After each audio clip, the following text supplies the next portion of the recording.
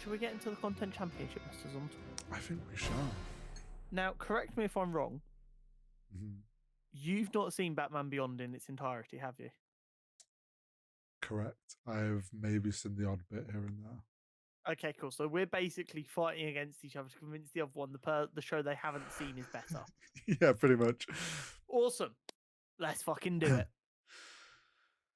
Okay, so personal relevance. Yes. For Star Wars Rebel, I have written, haven't finished it / seen it. I put for Batman Beyond. Never watched. Don't even remember it being on TV for me. To be fair, you're in like your mid-30s when it started airing, so. Bro. I was like 8. For Batman Beyond, I put iconic, my favorite version of Batman media. It's been a while since I've rewatched it, which we'll get into in a minute. But a lot of it still sticks with me. And I think that really shows just how ingrained in my early memory it is.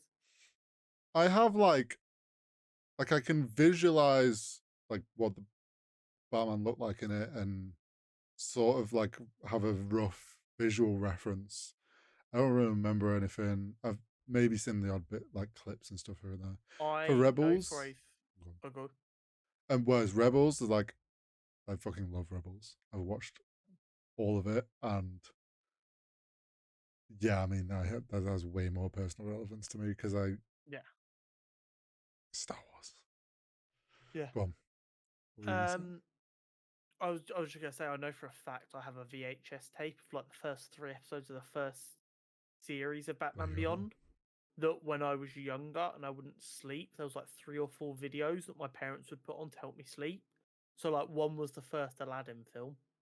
Nice. One was that Batman, which was in hindsight maybe not a brilliant decision, but it did the job. And a couple of others. I think one was like Mighty Morphin Power Rangers film, and then another one.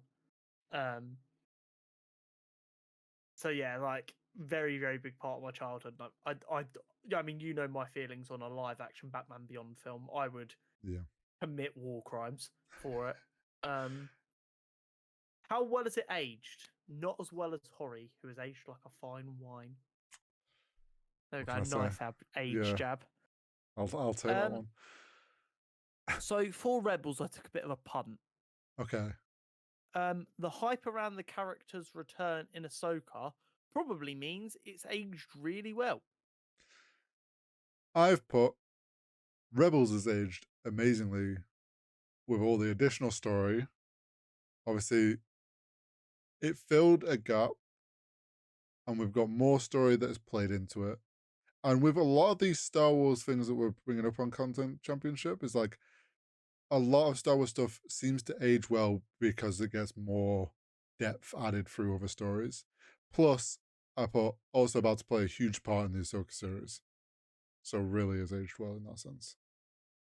Batman, as far as I know, it's just as well received as it was when it came out. So pretty well. I've just put solid.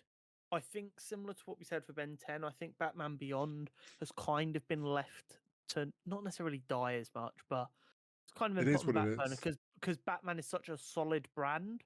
It's not like people are bored of Bruce Wayne's Batman, so they now need to capitalize on these side bits. Yeah. It's kind of like, yeah, it's a thing. We'll get around to it at some point. It's still deeply loved to a lot of people who love that show. And there is a corner of the internet sat there, like myself, ready to do whatever necessary to get a Batman Beyond project greenlit. Yeah, I mean, it makes sense. Like you say, like with Ben 10, it was good when it came out. It's animated shows, it's hard for them to age badly unless there's some like tone deaf writing in it. Or the voice actor gets outed as a nonce or something. Yeah, something like, but like for the most part, like I can imagine it is as solid as when it came out. Yeah. Rewatchability. I would happily rewatch Rebels for Chopper alone. And also because it plays into the bigger story of Star Wars. Batman, sure, I'd happily sit down and watch it for the first time. Well, here's the thing. I put no opinion on the rewatchability of Rebels. I'm sure by the time I finish it, I'll be like, I would rewatch it, even though I'm not a massive rewatcher. Rewatchability for Batman. Very interested in rewatching it, but rewatching DC stuff is basically impossible in the UK. Just gotta go job in. I'm just going to Google Batman Beyond quickly and see if there is any way to watch it over here. What show? Rent it, probably. Yeah, it looks like maybe you can rent it.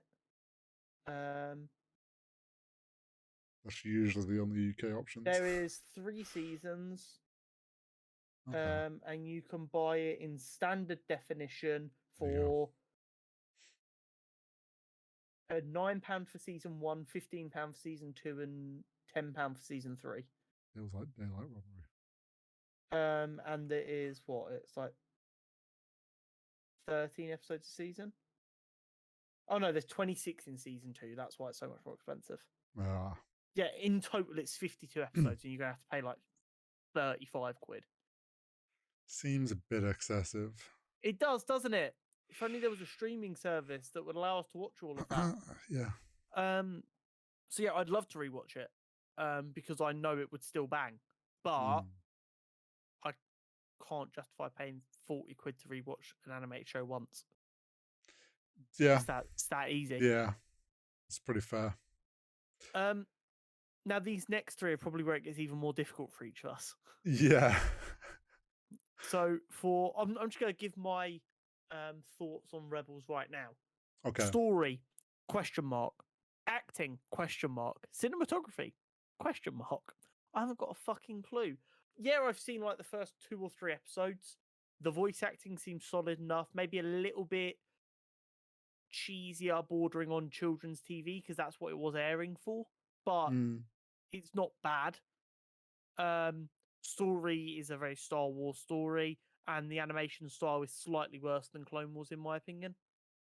But it's very much a preference thing. I'll cover Rebels before we get into part 1. So, story. I've got to be careful here. It fills its period of time very well, and it does help tie up some story lines. And you get to see a new side of things with like Jedis. Also, I don't know. You know the Kenobi moment? Yeah. Okay, so we get Darth Maul in the Kenobi moment. So Kenobi! The story that you don't know on the build up to that, very good. Acting, I mean, we got an amazing performance from Sam Witwer as Darth Maul doing the Kenobi scream. He's Freddie Prinze Jr.'s was amazing as Kanan. Yeah, and both incredible Star Wars fans and know their stuff and put in great performances. Cinematography, I was like, I mean, it's got the standard Star Wars animation style. Like it's clean, it's good. It came out like in that gap between the end of Clone Wars and the final season of Clone Wars. So it's like the peak Clone Wars animation, and then it's kind of just let in. So, I mean, cinematography and all that stuff, you can't fault it. 100%. Batman. I don't know the story. I know Kevin Conroy is great. When wasn't he? Oh, I said when isn't he? Oh, now I'm sad. It's standard like cartoon animation. Like it's not. Like, you can't really fault that. So this is where you come in, because I don't know these. So the story is solid. It's old Batman trains a new younger guy to protect Gotham. It's set in the future. Batman kept on being Batman for a long time. You eventually find out that one night he had the most Chad heart attack ever while trying to save someone. He started having a heart attack. The guy started beating the fuck out of him. So he grabbed the guy's gun and pointed it at him to get him to run away. And then, despite the fact he was having a heart attack, got up, walked out, realized that he just pulled a gun to save his own skin, and realized that he couldn't be Batman anymore because he was having to resort to stuff that Batman should never do. Yeah. So then Gotham didn't have a Batman for a while. And then Terry McGinn came into his life. I believe towards the end of the show, we end up finding out that Terry McGinn is like a genetic partial clone of Bruce Wayne. Oh. Which is why he was such a good Batman, because like he was literally built for this. Yep. But yeah, you get like a grumpy old Bruce Wayne who kind of plays like an Alfred. You get Bat the Ace Hound. Ace the Bat Hound. Which is always great. Yeah. It's solid. Acting, really good voice acting, top to bottom. You don't miss with Kevin Conroy. No. It's that simple. I'd say it's actually, for its time, really, really good voice acting. For a 90s, very much aimed at kids show, really solid voice acting. Cool. Cinematography, very late 90s style of animation, but timeless at the same time. Yeah, like, and maybe that's because of a pure nostalgia thing. But you look at it and you know when that aired, and you go, yeah, that hits. I know what you mean. But I mean, it's solid. I feel like it's impossible for us to fairly decide a winner here.